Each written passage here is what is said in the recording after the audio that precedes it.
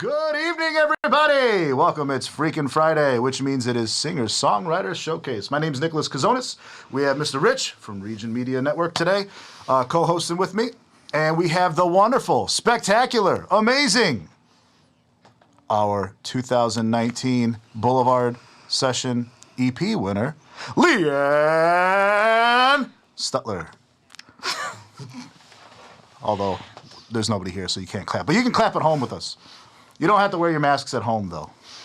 So, Leanne, tell them a little bit about who you are, where you come from. I know all this, Rich knows all this, but some of the people watching, they don't. So. Hi, my name is Leanne Stutler. Yeah. I'm from Crown Point. I went to Lake Central High School, graduated in 2015, and ended up going to Columbia College Chicago, graduated in 2019 with My alma mater as well. With a Bachelor of Music degree in Contemporary Urban and Popular Music. I love country music. That's my first love in life, and it'll always be my first love in life. And hopefully, one day, I guess I am doing it already. I can be a singer-songwriter in that genre. You're doing it. Remember, I am doing it. You're doing it. Sometimes it's too real that I can't believe it myself, you know? Oh, it gets real. It gets real. Yeah. Especially during a COVID pandemic. Oh, yeah. Oh, yeah. But, yeah, and so, Rich, why don't you tell them who you are a little bit and tell them what you've been doing with the network and everything. Yeah, my name is Rich Jennings, for those of you that didn't hear him. I'm the president of Region Media Network. Region Media Network is a bit of an offshoot from Region Radio. We started Region Radio years ago, and like you said, with the pandemic, kind of had us to change our approach a little bit. And what we found is as we started doing these video shows and the popularity has grown exponentially with it. So we're starting to reach out to more of the local acts to really showcase them on the website and on the fan pages and stuff like that to try and showcase the sound of the region. Yeah. And so here I am trying to make that work. Pretty sweet. So, obviously, we are brother and sister in our alma mater, yes, which we is are. Pretty cool. Although there's a bit of a year difference from when you went there till I went there. We won't talk about that gap. However, tell me about your experiences when you were at Columbia. Like, what was it that drew you to Columbia specifically? Well, at the time, I was still in a band here in the area called Capernaum. And if I went to Columbia, I'd be able to come home on the weekends, still rehearse with the band, play gigs. And, I mean, it's still a source of income, especially as a college student, playing those gigs on the weekend. Mm-hmm. I'm also heavily involved in my church here in the area, so I got to come home and still be a part of that community, too, at the same time, while also having this, I'm going to say double life, for lack of a better term, in Chicago with all of my peers and my teachers there. So it was kind of the best of both worlds. It was what made the most sense to me at the time because I wasn't quite at a point mentally and emotionally ready to give up one side and go far away to not have the other thing. And Columbia just was the best of both worlds for me. Would you say that doing the double life helped you out the most? You feel that worked out for you? It did. I think it did. Because I got to meet all these people in a wonderful city like Chicago where it really is the true American melting pot in that city. And you've got people of all different backgrounds, all different religions, and everything in one spot. And you get to learn from each other that way. And then I also got my home center and still was connected here. And I think it kept me grounded, too, that I wasn't this person that went away and came back a completely different person. Yeah, you didn't come back with, like, you know, tattoos on your face and like purple I don't think hair anybody would have wanted that. Well, and that's nothing to say against that people with tattoos on their face. It's just not Leanne Stutler if you know her. But Could you you will get to know her imagine? today. So now, when you went, obviously you knew you wanted to go for music. We know that. But talk about the CUP program. I know because the CUP program was just forming. Shows you how old I am. It was just forming when I was graduating at Columbia. Okay. So it was like a talked about thing that Gary and Nick were talking about at that point. Yes.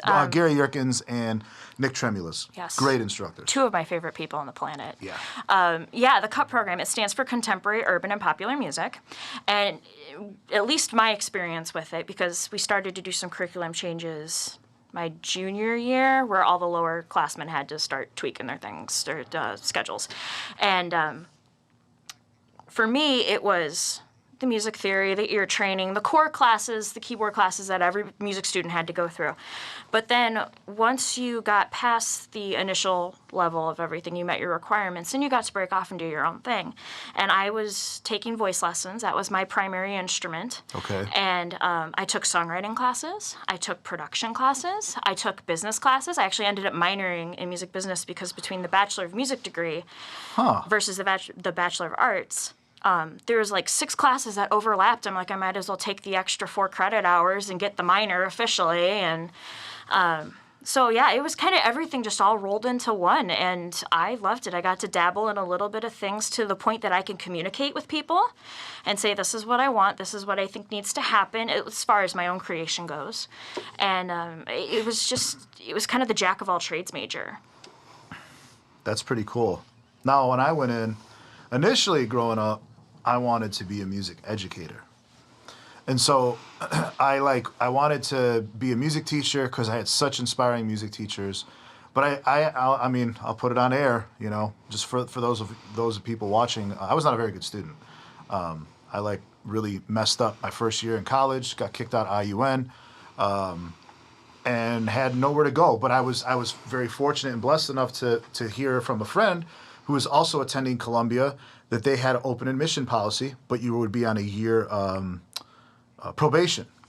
So I actually got in there and was doing it. And I was like, well, you know, I'll start here and then maybe go do something else for education.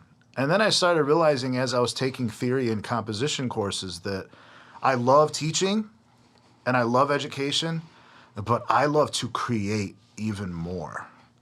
And so for me, having that opportunity to really hone in on skills and mindset and be around a community of people who kind of felt the same way was like the first time in my life where I was like, wow, people actually get it, you know, like they actually understand what I'm thinking. This is kind of cool.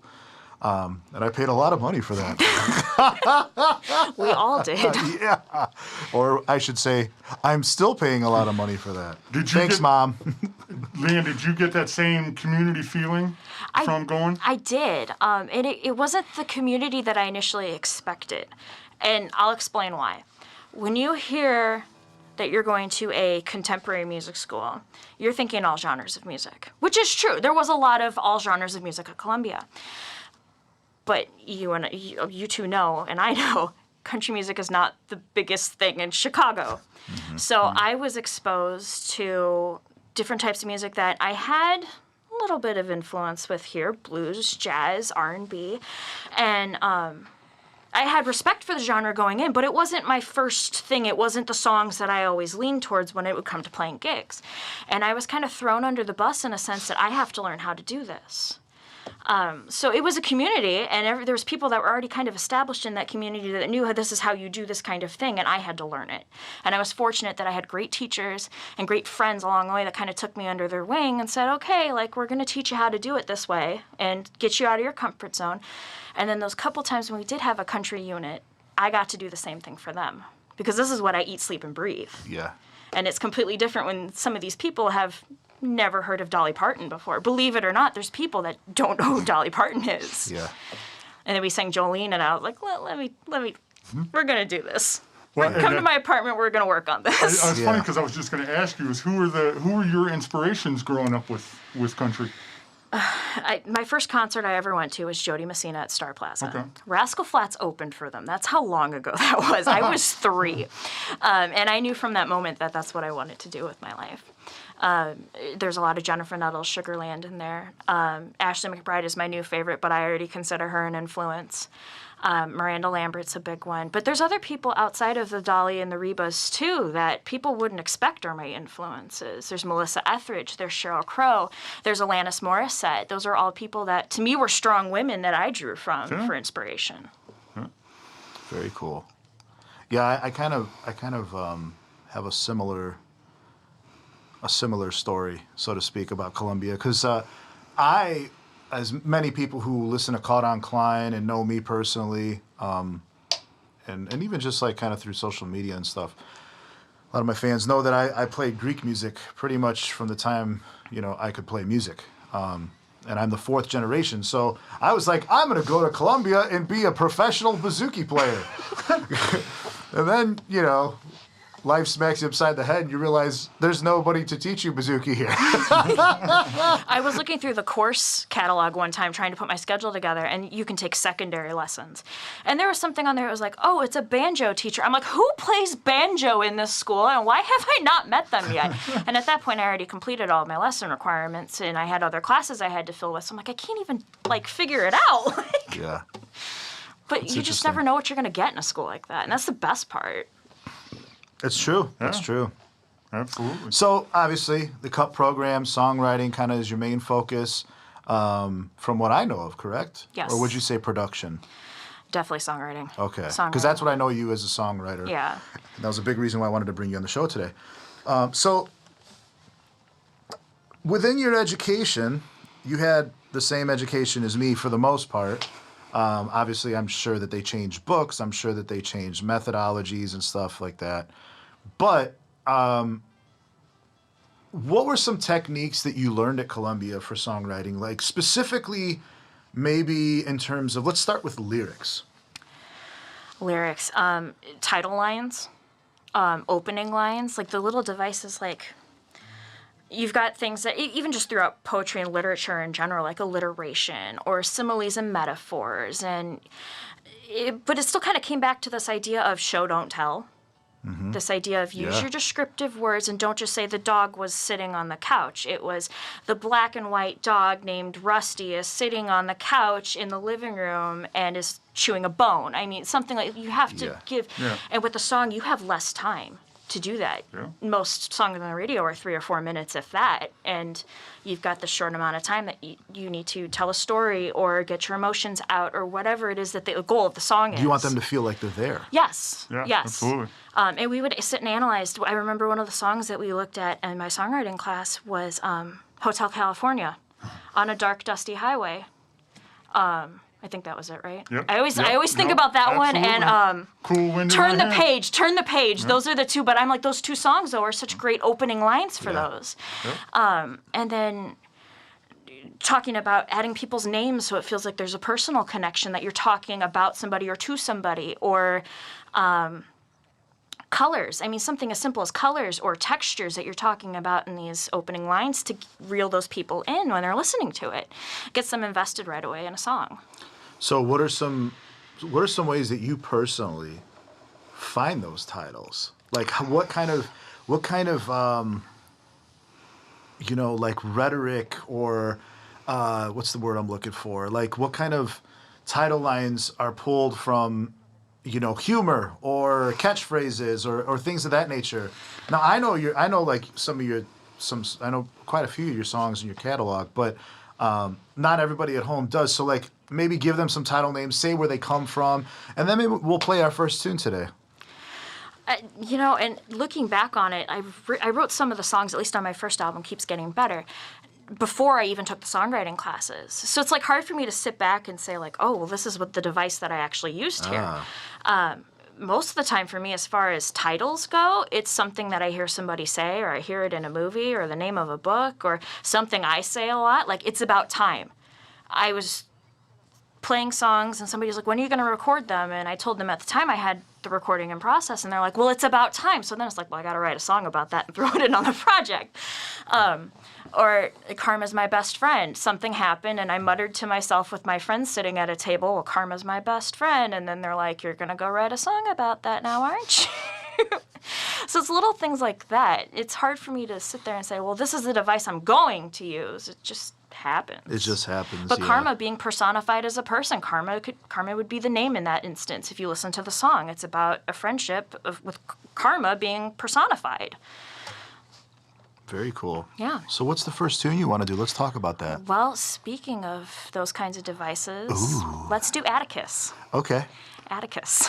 All right. I think you got to switch guitars for this one, right? No, I've got it already. Oh, you got it. We're okay. good. Okay. All right. Gotcha. Cool. So before we dive in, Rich, I wanted to give you an opportunity to ask any questions about this too. Yeah. Now, Atticus, a lot of us actually, it's a very unique name. It is. And as far as I understand it, it is that name that you're reaching for. Where did it come from?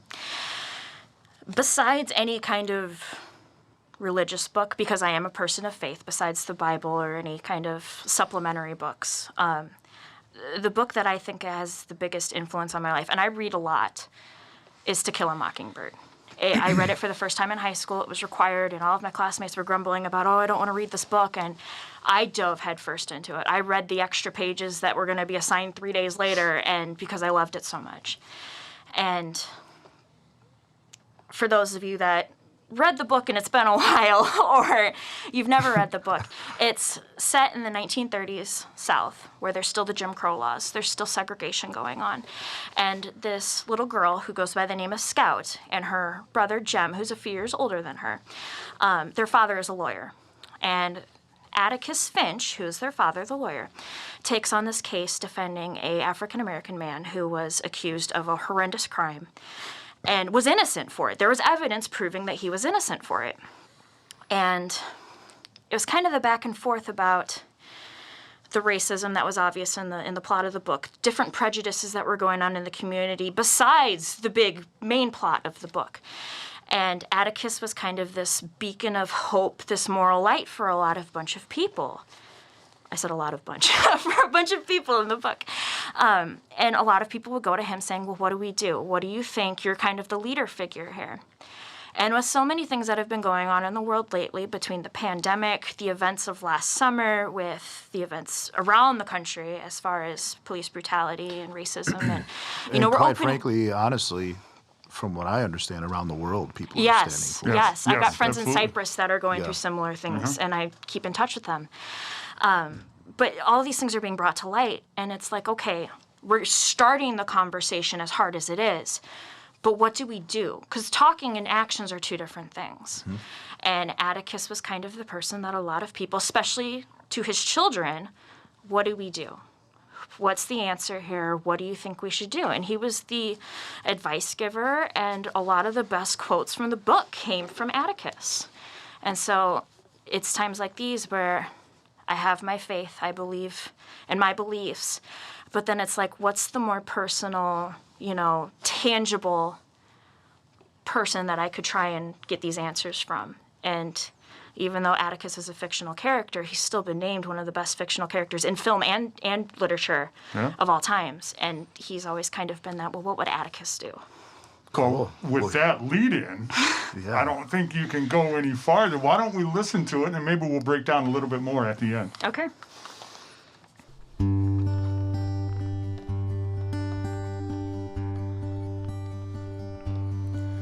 Is there a beacon still shining in the night?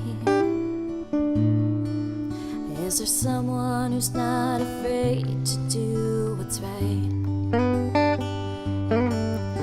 Is there someone with more courage but not a gun? Is there still light when the clouds cover the sun? Do we argue for the world that we love? Or are we our own sacrificial dove? Count the allies or just the enemies? Do we need to take a step back and rethink? Chances say we're gonna lose, but our hearts know we should win. Why do we have to keep fighting for this? I wish you had the answer, Atticus.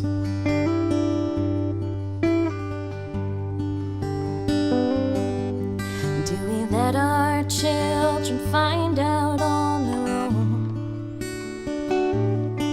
Or should we start to teach respect in our own homes? Do we let the innocence persist and dismiss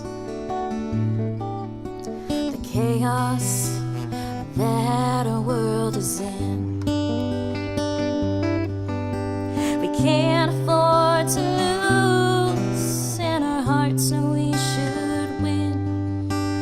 It's hard to fight with our minds and not our fists. I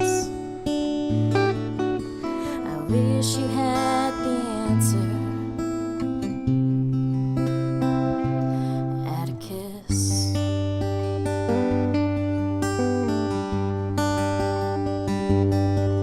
I know that there's a God above and I look for him down here.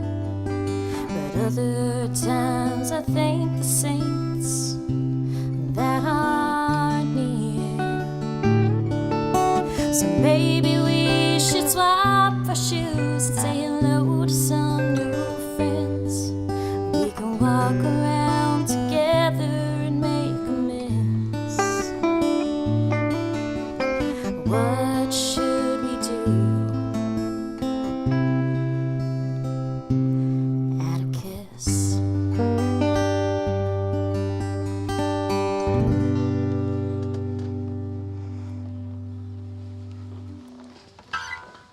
Yeah. I'll let that one sit there for a second.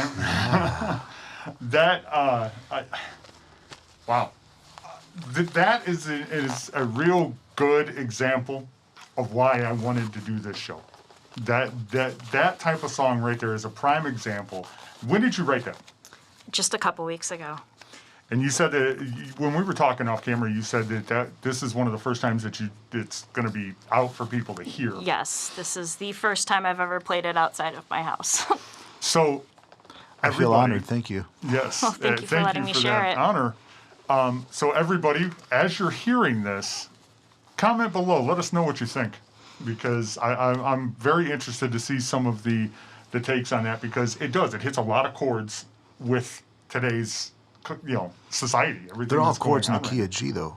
They are. I'm sorry. I'm trying to lighten it up a little bit, just a little bit. Go ahead. But now, is it add a kiss as in the character, It is. or is it add a kiss to lighten things up? It wasn't until I played this and Nick said something that, it sounds like you're saying add a kiss. Add a kiss. And, I guess it could be both ways, Yeah, and that's the great thing absolutely. about songwriting is that somebody can look at something and say, oh, well, this is how I interpret it too. I almost never interpret it the same way. I will say 75 to 80% of the time when I hear my guest songs, I never interpret it the same way as to what they were referring to, unless it's extremely literal. But even then, I'm such a, and you probably can attest to this as well, I'm such a symbolic writer in Metro Ride I Write that I just want people to apply their own meaning to it. Yes. Yes. I'm a big symbolism person. Like when we in high school, when we'd analyze books, and To Kill a Mockingbird was a big one with symbolism. Oh, yeah. What do you think that this could mean besides the literal words on the page? And I'm the same way. To me, there's always two meanings to something, and it's just which way do you want to take it? Yeah. And I was going to ask too, for both of you, is when you write songs that really can go a different way, and you hear somebody talk to you, a fan talk to you, oh, I took it, as add a kiss. How do you feel when somebody tells you that? And what's the feeling that goes on? Like, whoa, that was not what I meant. But how cool of a feeling is that to see it take on a life of its own outside of You your want me to answer original? that first? Either one. You go first. Okay. Me personally, I'm just so excited that someone actually listened to my lyrics for a change. Same. I'm with you on that one. So I'm at that part of my career that someone actually cares about what I'm saying. Yeah. I'm typically flattered. I also, this surprises some people, but I also get very uncomfortable sometimes. Not because I don't want people to hear what I have to say. Obviously, it's not that. Not because I'm shy about what I do and what my purpose is, but just because people find that much value in what I'm saying to affect their life in such a profound way. And that really makes me uncomfortable because it's like, it's a lot of responsibility sometimes to have to always kind of be conscious about that. And one of my things in my music is all about being conscious. So a lot of what I'm writing about sometimes is a mirror for me to learn something at a different time. I got you. About my own life. So, you know, like there's some of my lyrics, and I look back and I think like, wow, I was talking to myself. You know? Yeah. I was talking to myself and I didn't even know it. But really, in the way that I personally believe in my personal life is when I write something and it comes from another place. Nick Tremlos used to talk about this a lot. Sometimes they call them like the night muses, you know, or a song is gifted to you. Oh, yeah, essentially, is the kind of where it comes from. I believe it to be, you know, I'm a conduit for a greater being, and so energy is flowing through me at that point in time because I'm being receptive to it, and I'm just the face of it. But I'm not, you know, people. It's the tale old as time, right? There's one for you to write down. The tale old as time.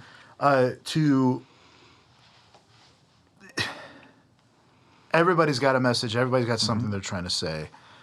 I'm nothing special in that, you know. So having people have connected to me and finding something profound about it is like, it's breathtaking, but it's also terrifying at the same time. Do you feel the same way?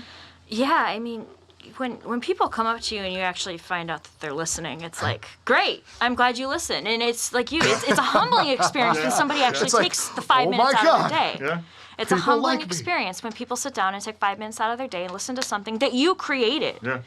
And then there's other times where it's like, okay, but did you mean it or did you take it the way that it's supposed to be meant? Because I think we live in a world too where so many things can be innocent enough and somebody takes it a completely 180. Yeah, absolutely. So I'm humbled when people have an interpretation that is similar to what I had when I wrote it, and then there's other times where it's like, okay, we're stretching this a little bit. But like this scenario right here, the Add a Kiss, that's something as parallel with this meaning that I had when I wrote it, and the inspiration from the book itself is peace and love and all this other stuff. Add a kiss. I feel like I have to enunciate it. It's parallel, and that's a beautiful interpretation, and I'm glad that Nick brought that to my mind too right now. Now, the question with that is, if somebody attaches to a song, you know, we've got another one coming up in a little bit that is the same way. If somebody attaches to your song, do you feel the pressure on the next one to, oh man, I've got to touch them again, you know, I've got to come up with some lyrics or whatever to touch them again? You know, do you feel that pressure? Yeah, I do. I'm as a songwriter, I have a very difficult time of just sitting down to write. To me, there's always some phrase or something that happened, and it's like, okay, this is what the next one's going to be about. And, you know, adding that extra little bit of pressure to it, it's like people are waiting for it, and it's just not in my head right now. And then I psych myself out. But I think a lot of creatives feel the same way in any medium. It's not just music. It's art, it's painting, it's sculpting, it's movies, it's everything. Absolutely. Yeah. I wanted to ask you this before I go into what I was going to say. Okay. Do you feel, not the pressure, but do you feel that the music has obviously a purpose, but do you feel that you are purposeful in this life to do this? It's kind of like, that's good, yeah. Like how you're like your individual daily experiences that you go through, right? Do you feel that you're going through some of those things, those trials, those tribulations, those hooray moments, those hills, and then those valleys? Do you think that you're going through some of that so that you can be a example or a beacon of light for people that may connect with you specifically? I would like to hope so. I think that's the bottom line for anybody, is I would hope so. I've had my fair share of times where I felt really, really good about myself for what I was doing or something that I created. And then there's other times where it's like, this wasn't the best. It's just going to go in the drawer and not come out for a while. And, you know, I think it adds value to those experiences when you do hit the nail on the head with that song and deliver it to somebody. Because you sit back and you go, well, okay, the last 3 didn't work, but this one was something special, and that to me makes it worth it. Yeah. And it gives me motivation to go for the next one. It's a purpose for me as a songwriter because I can't picture myself doing anything other than music, but it gives me the motivation to move forward, if that makes sense. Okay. Oh, yeah. Okay. Because a lot of the songwriters I've had on here in the last few weeks, when I ask them, it's just like I just want to write a song about this feeling. in this subject, but it doesn't have to go anywhere. It's just for me. Yeah. And I just, like me personally, I'm much like yourself. Like, I feel that my music, I may not know what the purpose is right now, and I think that that's what life is about for me specifically, is I don't necessarily, I know what the purpose is, but I don't understand the purpose of it. Like, why did I choose to play guitar in Northwest Indiana and sing songs about sad stuff? You know, like why me? Like, what made me that guy? You know, like, and I think about it, it's like, my family's Greek from an island, you know, like way out in the Dodecanese, and like it just makes me think like I could be a fisherman there or something, instead of you know, breathing in smog from the mill and stuff. Like, I don't know, it's just interesting to me. Like, what is it? Like every little choice. I tell my students this all the time. Every little choice that you make affects the next aspect of your life. It does, and you don't always understand it. And you and I have talked personally before about my views on kind of everything is there are things that are going to make sense in the world. You can have science behind it. You can have evidence behind it. It's something as complex as creating a vaccine for a pandemic to why did I trip on the sidewalk this morning? There's things that are just cut and dry that are here. And then there are things that you just aren't meant to understand. We live in this huge universe, and we're the only planet that has life on it. I mean, what are the chances of that? There are just things in life that you don't know, and maybe you're not meant to know. But I'm a believer, and I think this goes back to my faith and maybe my upbringing or whatever you want to contribute it to, that one day everything will make sense. For me, maybe that's if I die and I get to go to heaven, that I'll be able to look at this timeline in front of me and say, okay, well, you tripped on the sidewalk that day, but it led to this happening 10 years later because you met this person when they helped you up. You know, it's those little things that maybe you're not meant to know, and maybe that's okay, and maybe that's something you just need to make peace with, and you can be a vessel for anything. I'm really beginning, and I know this is getting a little heavy, and I apologize for everybody. It's supposed to be Freakin Friday, but I think it's really important that we have these conversations because it has to be in a comfortable way for everybody, you know, because not everybody believes the same thing as me. I definitely know that, and I know the same thing here over here. Yeah, so I definitely am okay with that as well. It is. I respect it. Yeah, I have all kinds of friends. But I think that it's important for us to have this conversation because, you know, we don't fully understand our purpose, right? We don't really fully understand it till we're done. And so I'm just going to make the choice to do the right thing now because I understand what you're saying, but I think another step forward on that is a lot of our, you know, some people call it legacy. I don't look at it as a legacy by any means, but I look at it as our purpose and what we do is you can, you know, there's a, I don't remember who said the quote. It was someone was talking about there's a, you know, different aspects of your life, the day you're born and the day you die, and then the dash in the middle on your tombstone. And the dash in your middle of the tombstone is really what defines who you are. Yes. And so by trying to make those conscious efforts now, affects other people's lives now, and you can actually get to experience that with them. Yes. So I just wanted to touch on that. Yeah. I believe every morning you wake up and it's like the TVs and the movies and everything where you have the devil on one shoulder, or, you know, the negative side. I'm going to say the negative side on one shoulder and the positive side on the other. Yeah. And everybody makes mistakes. Everybody slips up from now and then. But as long as you make the conscious effort to go with the positive side versus the negative more often than not, I think you're doing a pretty decent job. I'll ask the question just to kind of change it a little bit here. Sure. I'll ask the question a little differently now. Okay. How many times have you experienced, you may not have the age for this, you might. How many times have you written a song and you go back and it has changed the meaning in your mind? You see what I'm saying? Do you understand what I'm saying? I wrote a song, Black Cloud, about a bad relationship that broke up. Okay. But since then, I realized that, and I shouldn't say a bad relationship, a relationship that just didn't, you know, just to clarify, just didn't work out. Person's not a bad person or nothing of that nature, but it left me feeling in a certain essence of what it is. And in the lines, I say at the very, you know, it's like, Black cloud, won't you set me free? Black cloud, won't you let me be, right? But then on the very last stanza, the way I change it is, but now I see the light. So it's, some people perceived it as the very literal meaning of what I wrote it as, which was a relationship thing. Right.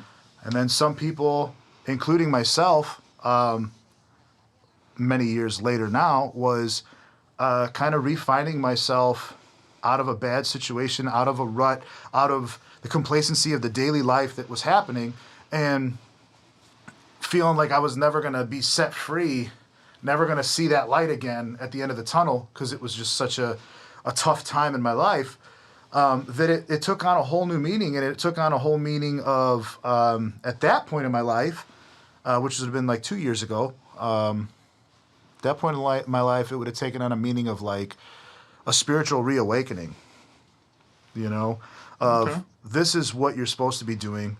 You're not supposed to understand it, Right. but guess what? Get your ass up and go to work, Yeah. because this is what it's supposed to be. Yeah. And so it really nipped me in the ass, man. It really woke me up and said, hey, you got some stuff you got to do. You got to Yeah. get it done, you know?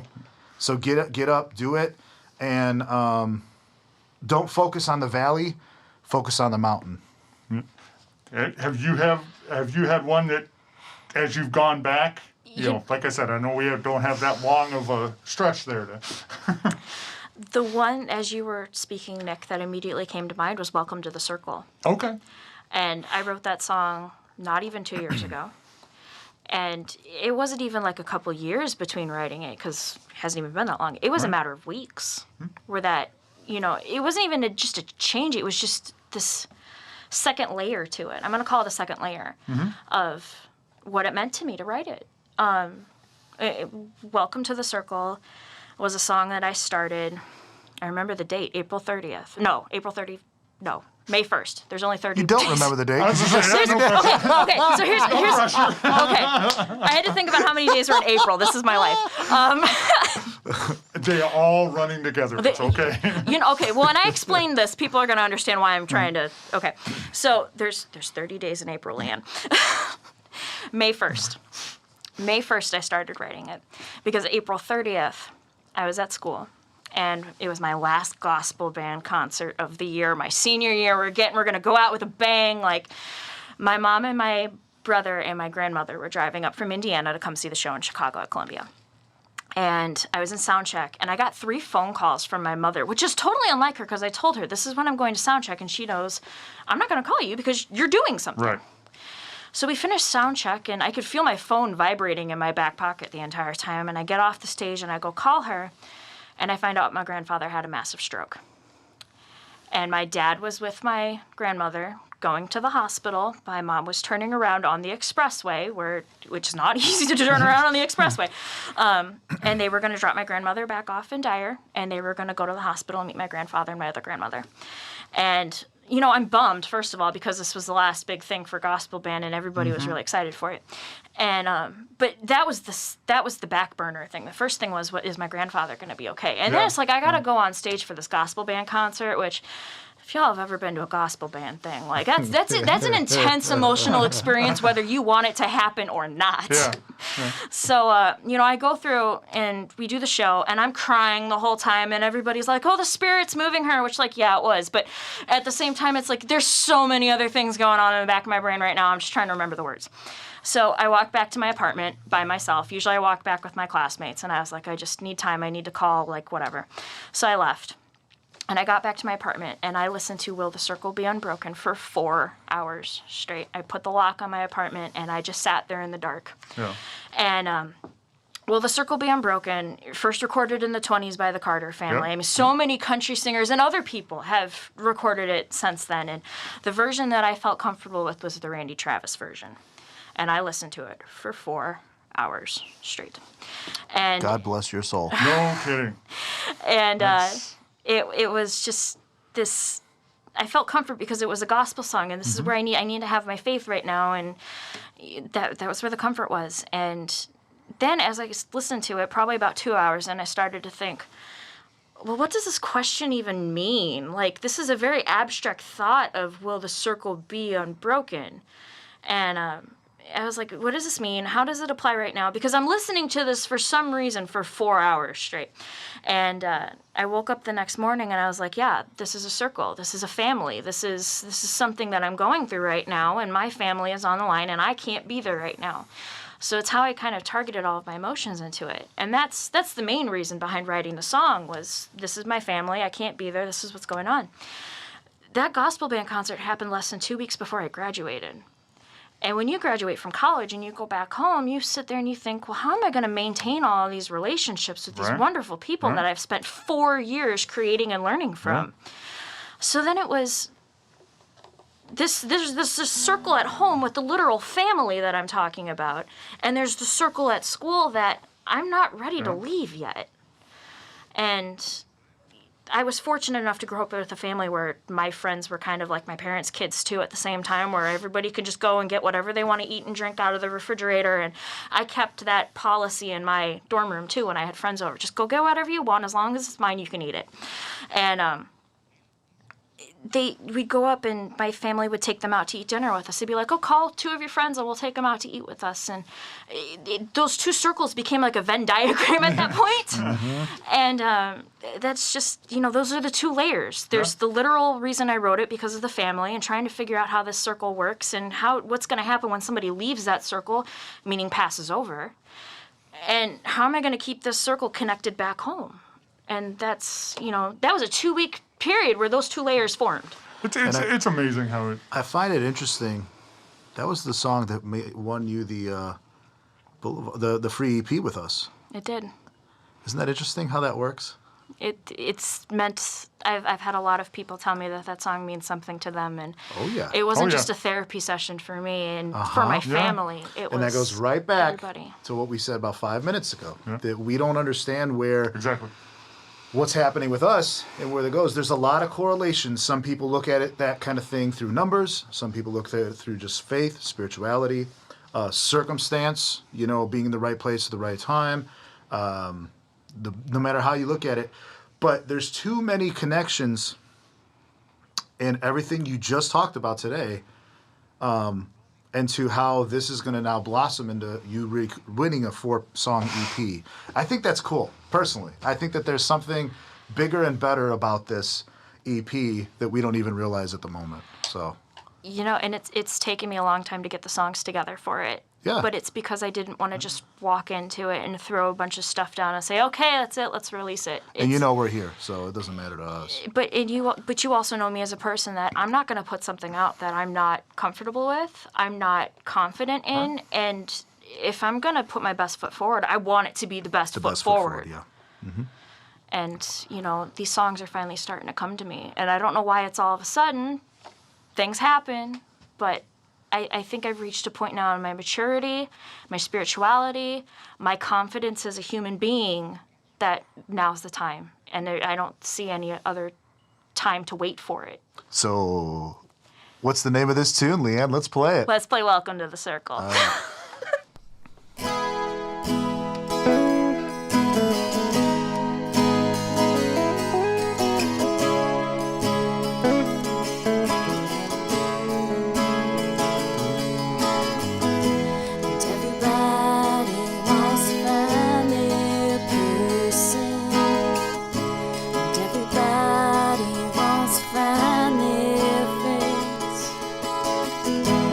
Everybody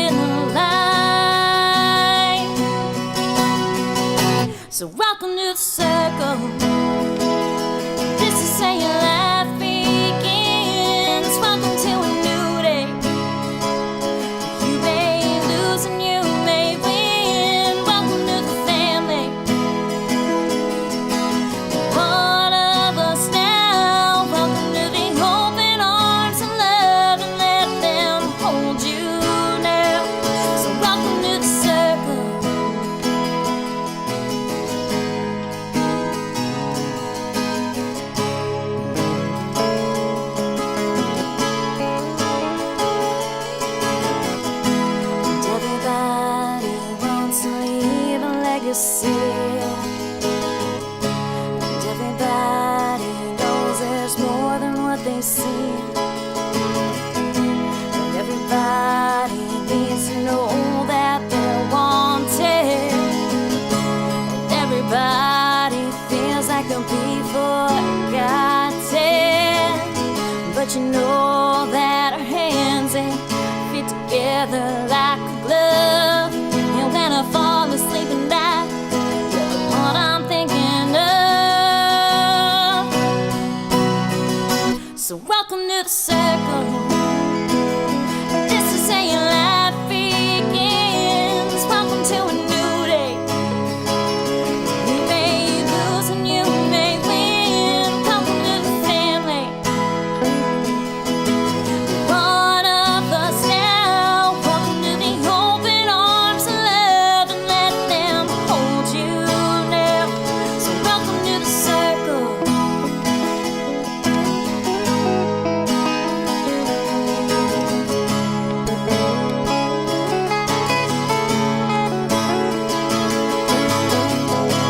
The end of the tunnel is almost here. All the stress and the fighting and the tears. And when you share the last touch, you find it's hard to break from the hurt. So welcome to the circle.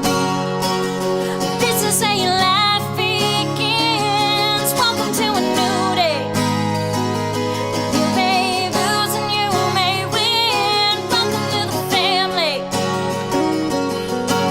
One of us now. Welcome to the open arms of love, and let them hold you now. So welcome to the circle. This is how your life begins. Welcome to a new day. You may lose and you may win. Welcome to the family. You're stuck with us now, and open to the open arms of love, and let them hold you now. So welcome to the circle. So welcome to the circle. Oh, welcome to the circle. Welcome to the open arms of love, and let them hold you now.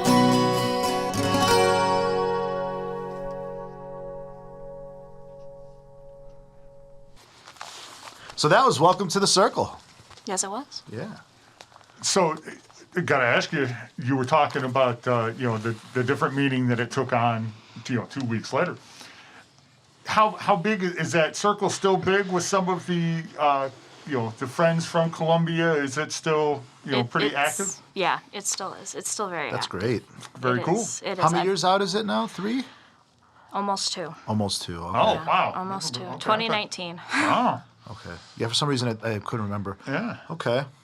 So Yeah, I have some really close friends who actually have a project that I'm gonna, and he's releasing his own solo project.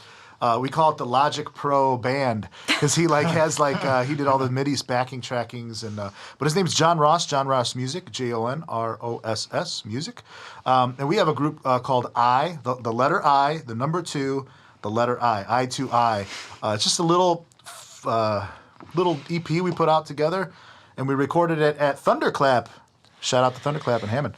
Thunderclap recording with John Carpenter. Great producer, great engineer, wonderful guy. But at any rate, yeah. So that was my shout out, and now I forgot why I was shouting him out. But we were talking about her circle still being yeah. So John and I, he even graduated in 07, and I graduated in 09 from Columbia. And we still kept together, and we played in bands together. He was in the original Vinyl Echoes that I had Okay. and everything. But he still lives in the city, and he actually left for the city for about 2.5 years and went to Toledo because he got a full ride to Toledo University as a master's in pedagogy for jazz guitar. So he's a killer guitar player. So how many of them do you use as roadies? How many of you put to work? unless we're talking about the family circle. Now we're talking about the family circle. Yeah, if we're talking about the family circle. I'm fortunate that I have a family that's really supportive in what I do. I know that there's a lot of musicians and creative people just in general that don't have that support system, even at home. Yeah. And I thank them every day for letting me do this, because Yeah. I would not be a happy Thanks, camper. Mom. And Thanks, we thank Dad. them every day for that fact as well. Yes, yes. I think that our parents are very similar in that regard, that they understand that, there's a lot of sacrifice, being on the road, gigging late nights, gone on complete opposite schedules because you're out teaching or you're out gigging or you're at a rehearsal or you're just in your bedroom, recording or rehearsing or practicing or whatever. I can't stress enough myself personally as well. Like, thank you to my family, because they're just Thank you, they're Mom. Thank you, absolutely Dad. saints. Yes. Yeah, I can imagine. I mean, it takes a village to be able to even for a solo act. It takes a lot of work to be able to go from gig to gig, and Yep. Yeah. especially early on when you're struggling for that gas money, and Oh yeah. oh, absolutely. So it's a you've tough pill. played. Let's see, we've played Atticus, Yes. and we've played Welcome to the Circle. Yes, we have. Now, what is your last one? For the millionth time. Now, For the millionth. No, I'm kidding. I will tell you, I will say this for everybody. When she told me ahead of time, she told me the 3 songs that she was going to play. And she said right back to back, she said, Welcome to the Circle for the millionth time. And I was like, wow. Okay. I looked at Rich and I was like, well, someone's testing this morning. That happened quick. Not to you guys. Because we have coffee stat. Yeah. We need coffee back here. Okay, I gave up pop for Lent, so we're only a weekend. I can tell you that this may be a secret still at this point when this comes out, but I'm going to go do breaking news here. All right. Because everybody already knows that Regent Stock is happening. Yeah. Last time I was in the studio, it was like, And of course me, I'm like, Nick's, Pandora's box, Yeah, right? Nick's like, and Rich, what are you working on? Any festin'? I was like, Regent Stock is happening, and Leanne is going to be playing, and she's going to be playing on our Sunday. I want to say it's like 11 o'clock. Don't quote me on the time yet. And it got me thinking, because I spoke to Leanne, and I was like, hey, I'd love to have you come out, and I'd love to have you, on stage, and it'd be great, because she's nominated for Song of the Year for, oh, look at that. Welcome to the Circle. And isn't that interesting how that works? yeah, it's funny how that works. I'm gonna keep drilling that point until the end of the show. And I said, I'd love to have you on. She thanked me for having, giving her the opportunity. And she goes, and I said, just do me a favor and make sure you play Welcome to the Circle. When she said that backstage right before this, I was like, well, I'm rethinking that thought. But, so what is for the millionth time? What is it, where'd that come from? Okay, so for the millionth time, I'm just going to call it the precursor to Atticus. Oh. Okay. All right. Ooh, so is this EP a concept album? Now you got me. You got my wires it wasn't moving. intending to be that way, but if that's how Nick wants to Oh, interpret it's going to be that way, folks. No, I'm making a whole scenario for when she comes in the studio. a lot of people don't know this about me, but I do have a temper. I'm really good at keeping it under control when I'm out places, but when I'm at home, sometimes I can go 0 to 100 really fast. And Note to self. Noted. Yeah, exactly. Note to self. not with you guys. You guys are nice to me. So far. For the millionth time. Yeah, for the millionth time. No, last summer, with everything going on in the country, between the protests and the pandemic and everybody going stir crazy and jobs being lost, and we all agree 2020 was a tumultuous year that feels like it was a lot longer than 2020 brought some seriously clear vision to people's Yes, true it did. intentions. It did. Yes, it did. It did. It was a tough year for everybody, but it brought up tough conversations, tough realizations, and I think it kind of brought a lot of people back down to reality. Yeah. And I'm going to contribute this back to, one, the way that I was raised with my family, because I'm fortunate to come from a family that is accepting of everything and everyone and who you want to be and who you want to love and what you want to believe. And I got to go to Colombia with a whole bunch of people that didn't see everything the way that I saw things or believed things the way that I believed things, and that was okay. My philosophy has always been that there are 3 things in life that people want. It's to be loved, it's to be respected, and it's to be heard. Also a Ferrari. I mean, Ferrari is a bonus, but those are the 3. Those are the 3 things. Just kidding, just kidding. Those are the 3 things, and I got to listen to people's stories. And as a songwriter, as a creative, I think one of the most valuable things you can do is listen to people and talk to people and learn from people, and keep an open mind, and just keep that bare minimum, even if it's just a bare minimum of respect and understanding for people. That'll get you so much further than putting all the walls up. So I found myself screaming at the television a lot with, why are we doing this? What is going on? Why can't we get our acts together? What is so difficult about being a decent human being for people to understand? And I kept seeing myself starting all of these outbursts with the phrase, for the millionth time, can we ... can I ... whatever. So I decided to take all of those frustrations and put it into the song. And that's essentially what it is. It's for the millionth time. Can we please just be nice, care about people, help people? Like, doesn't matter. Just do it.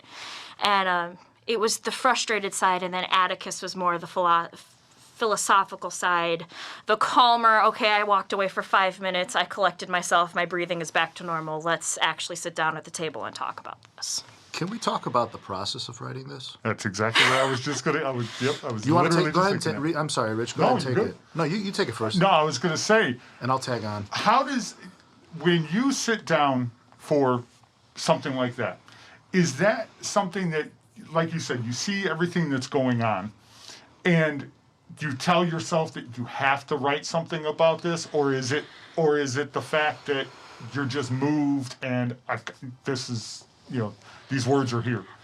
I think a lot of it was just being moved. And it started off with the whole, can we just be decent people? Can we just be nice to people? Can we sit down? And then it was like, well, what's a way that I can talk about some of these issues? Not be too specific, so that way it's, hopefully a song that can last for a long period of time. And Or play apply for the to, millionth time. or apply to other situations that aren't necessarily this right here in front of me. I mean, Bob Dylan did that, right? And Blowing in the Wind. Yeah. Oh, yeah. Yeah. That was, was like absolutely timeless. And he was fighting a fight that wasn't necessarily his fight when he wrote that. Yes. Yes. I'm sorry, but go ahead, continue. No, it's just, I'm the outsider. I've been fortunate that I've lived a very good life, and we all have our struggles. Some people struggle more than others. And I don't have the answers for everything. If I had the answers, if anybody had all the answers, then we wouldn't be in this situation, right? Right. And the bottom line was, if we could just be a little bit nicer to each other, because we don't know what each other's going through when they go home at the end of the day. We don't know if they're going to bed peacefully or if they're crying themselves to sleep at night. Absolutely. And that just little bit, that little smile that you give somebody on the street could save their life that day. And that's kind of the bottom line here. And it's like, why have we overlooked this for so long? Not that the smile on the sidewalk is going to save the world, because there's a lot more to that. It's a lot more in-depth and complicated. But it's just that idea of, let's take a step back. Let's talk nice to each other. Let's try and be respectful. Let's try and understand. And why do we have to keep doing this? Because why didn't we learn the first time this happened in history? I'm a firm believer that if you don't learn your history, you're doomed to repeat it. And when are we going to start learning? In your process, and it may be a normal process, this one may have taken on a completely different. What started it? What was the first? Where did it come from first? What happened first in your process? Is it a specific line, or is it lyrics? Is it music? Is it a what chord popped in your head progression? first? Yeah. Is it a melody? Is it a key? I think it was just feel? that little forward phrase, for the millionth time, and what do I get to build around this? It was the one thing I kept finding myself saying over and over and over again, and screaming at people over and over and over again, for the millionth time. And what are the things that we can address with that phrase? Is that your normal process, that it's usually a phrase that kicks it off? Yeah, most of the time it is. It's either something I say or I hear somebody say or something from a movie or a book but then I can build something around that. I woke up one night from a dream with the phrase, just because the pot is broken doesn't mean that a flower can't grow. And I wrote a song about my dog that has a severe anxiety and is terrified of everything and everyone, built around that phrase, because just because she seems like a broken dog doesn't mean that she can't be a dog. Mm-hmm. So it was kind of a similar thing with that, where this phrase kept going through my head, and I got to do something with it because it's not leaving me alone. Mm-hmm. Yep.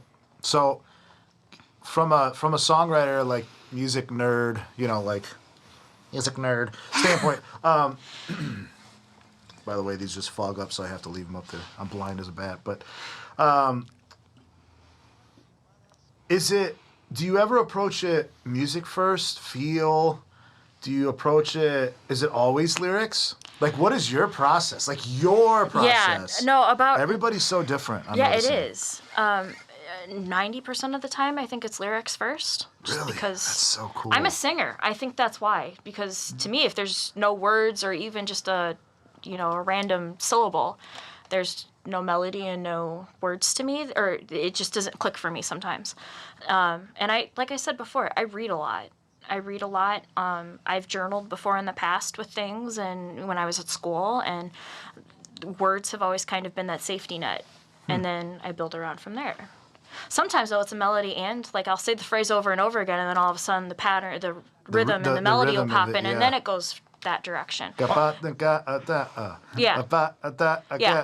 And I was just going to ask. It's like, how many different ways can I say this phrase? And I was just, it's funny you said that, because I was literally just going to say, is it literally the whole, all of the words, and then you come back with the music, or is it, a couple sentences or whatever you want to call it, and then add in music here, and then keep going? Is that? Each one is different. A lot of the times it's the phrase, repeating it back and forth to myself, saying, how many different times can I say this, and which one feels more comfortable to me? And then kind of putting the melody behind that, and then putting the chords. I used to be a delivery driver. So when I was bored in my car one day, It's About Time came into my brain because I just had the conversation with somebody, and I wrote all the lyrics out to It's About Time on my phone in my car while I was at work because I had nothing better to do, but I didn't have a guitar then. So I didn't have a guitar with me, so I couldn't just sit down and write the whole song at that point. I had to wait. I'm such a nerd in those moments that I'll write it out, but then I also have this app, which actually is a really cool tool for those of you that can't be around your guitar all the time. You think you know the progression, in my opinion, for time signatures and feels, and it's been such a good thing when I have that itch, and I'm just like, trying to scratch it, like in my, sitting at a doctor's office, and I have my headphones in, and I'm just like, okay, so we're gonna go. Because sometimes I'm somewhere else, and then I'm like, okay, gotta work on this in the morning, and then it just doesn't go away. And then it festers. I try and use the apps too, because like GarageBand or something like that. But then it's like, it doesn't always have the same feel, transcription that I want it to have. Right. So I'm like, okay, the voice memo is just gonna have to do until 9 o'clock tomorrow morning when everybody else leaves for work, and I can work on this. But yeah, it's just. So you have the inspiration at night, but then you work through the day. Sometimes. Yeah, Okay. I'm telling you, it's so hit and miss sometimes with me that it's. Oh man, I am a 100%. My body will not write anything between the hours of 8 a.m. and 10 p.m. But once 10:01 hits, it's go time. Yeah. My brain's like. Yes, it's Those crazy. are real sound effects, by the way. It's crazy. I had the idea for Atticus a few weeks ago, and for those of you at home that don't know, I had foot surgery 4 weeks ago, and I'm sitting in my bed and I'm like, I really want to record this, but then I gotta go get my laptop, I gotta bring the mic stands from upstairs, and I'm in a walking boot with crutches. And I'm like, I have a lot of ambition for somebody who had their foot operated on 6 days ago. And then I'm like, guess I just gotta do the voice memos. So you're saying that, what was the name of the app? What's that? What was the name of the app again? ChordBot was the app, that I used. Always looking for sponsors. Yeah. So you're saying that would be ChordBot. ChordBot. ChordBot. Didn't we do this with Frank? Within Frank's episode? Yeah. He was like, Dire Freedom Fest. Yeah. So, call me. But so you would say something like that would be a lifesaver for you if you were, in the middle of your bed, or just stuck more there. tech savvy. Yeah. Yeah. So what's the next tune we're doing? For the millionth time. Oh, that's right. I've told you for the millionth. No, I'm kidding. See, now, Sorry, that was a dad joke. now going back I'm a to queen what of bad we said jokes. earlier about things changing over time, how many times is this going to change over the years when you've played it for the millionth time and now it becomes, this has to stop, when it becomes a hit for you? I think I've written it general enough that it should be okay. It's not going to drive me too crazy. It's not like a period piece where, like, this is only applicable for the next 3 years. Yeah. I don't think it's that kind of song. I just, at the end of the day, I hope it leaves somebody thinking, maybe we need to reevaluate a couple of things. Even if it's just personally, internally, I need to reevaluate a couple things. Yeah. And when you get that, and when you play it for that millionth time, we get the Ferrari out of that, right? So. We'll find out. Only if you go to my website and download it. All right, let's take a listen to let's play it. Time. Let's stop talking about it, and people at home probably falling asleep on their couch. Listen to me and my bad jokes. I ain't no Richard Pryor. I'm the queen of bad jokes, Nick. You're doing better than me. Ooh, we should You're go doing head to better head. than me. On the C. next edition. This one's in the key of C, folks. Yes.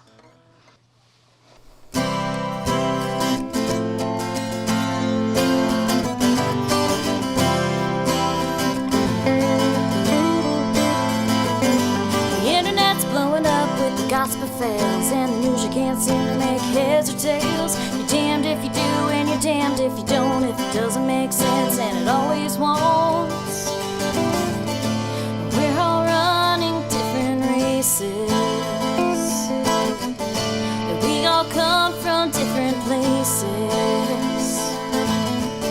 And history's doomed to repeat it. They can only have opinions if they think like you, and they can only be religious if they pray like you. People are people, and hey, that's fine, but we need to do better for the millionth time.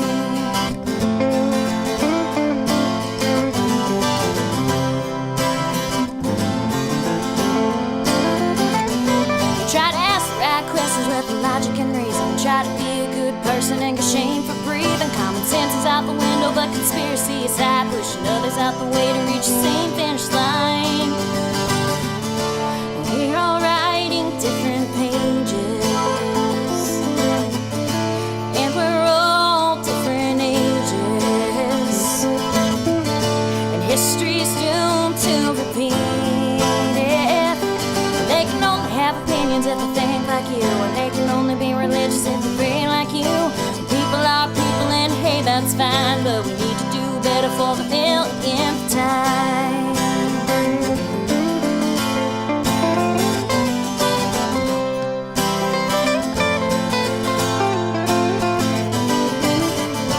We all come from different places, and we're all running different races. But the future's gonna change, yeah. They can have opinions that are different from you, and they can have a faith that's contrary to. People love who they love, and it's perfectly fine, but we need to do better. We can learn from each other and the struggles we face, and we can all hug our kids at the end of the day. We can be who we are with no shame to hide, and I'll pray for it again for the millionth time. 'Cause we can do better. Y'all, we need to do better for the millionth time. For the millionth time.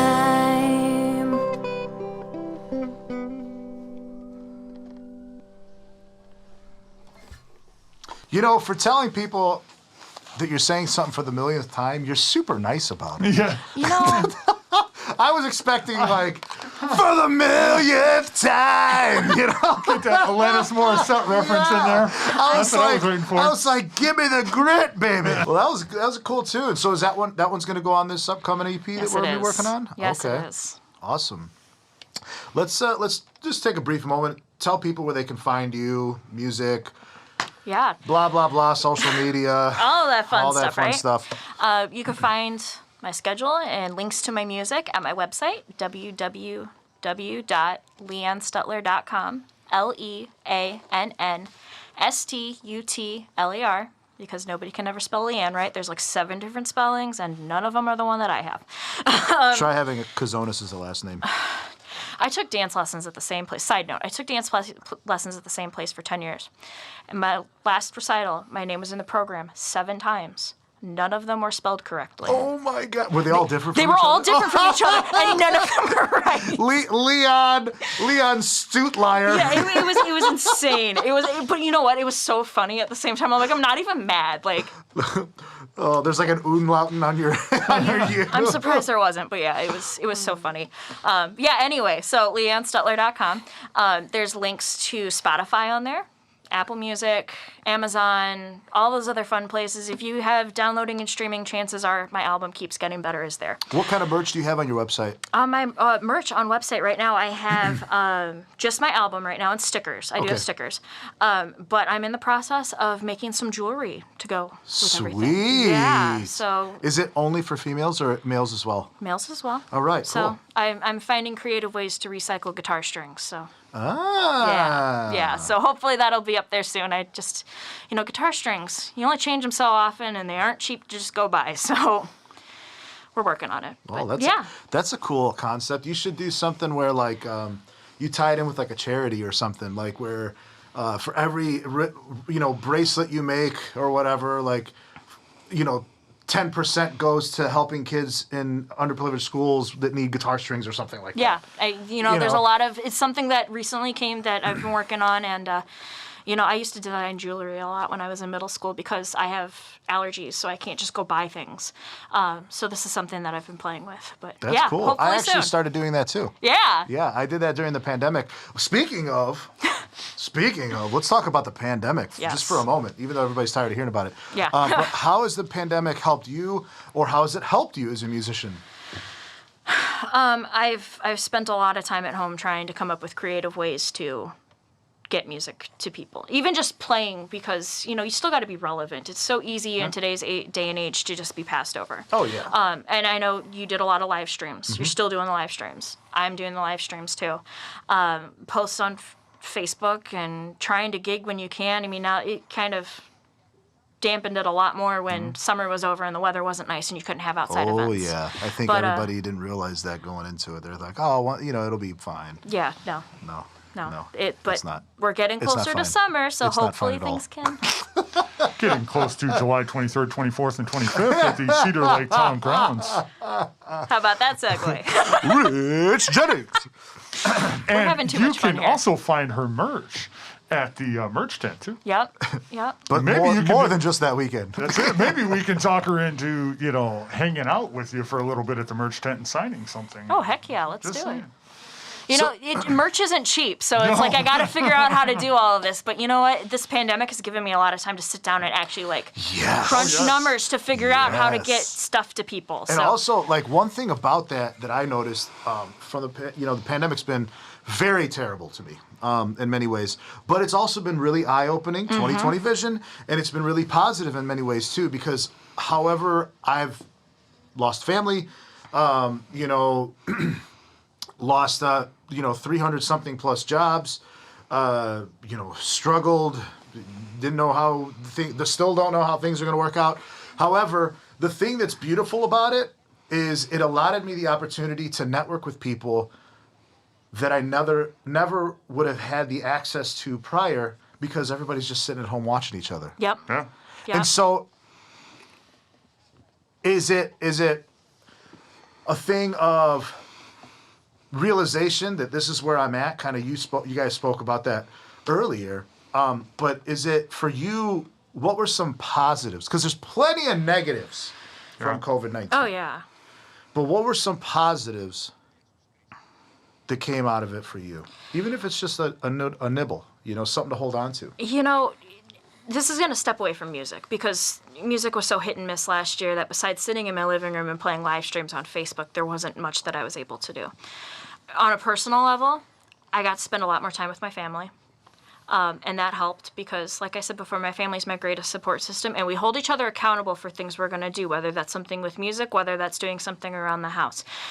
So there was a lot of things like that. I got to spend time with my family, and it was bringing me back to who I am and where I started, and this is who I am as a human being. I was fortunate enough to have 2 surgeries that I really, really needed during this time, where if I did this any other time, I'd be out with gigs for a month, if plus. Oh yeah. I just this week I'm cleared to drive a car. So Sweet. this I was fortunate to have all this happen now where I'm not missing out on a ton of stuff. Yeah. So even though the music has been a damper, I've had a lot of personal things go right for me in this Well, that's time. why I wanted to ask, because there's been a lot of negative in COVID for everybody.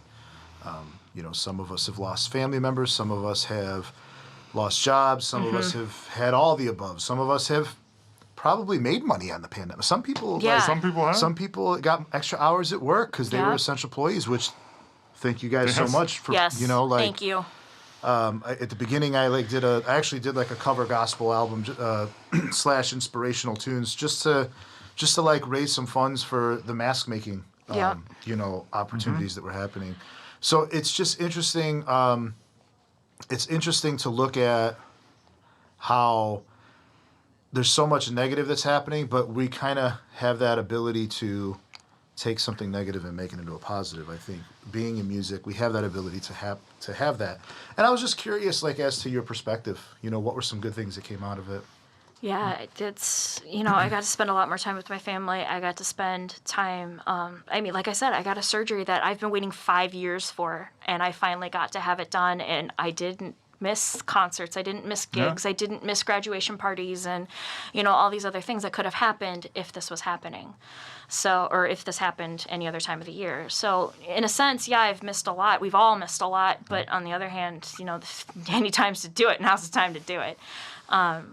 My second passion in life besides this is animal rescue. And we brought a dog home before all the pandemic hit, July 2019, and then everything started to close down in March.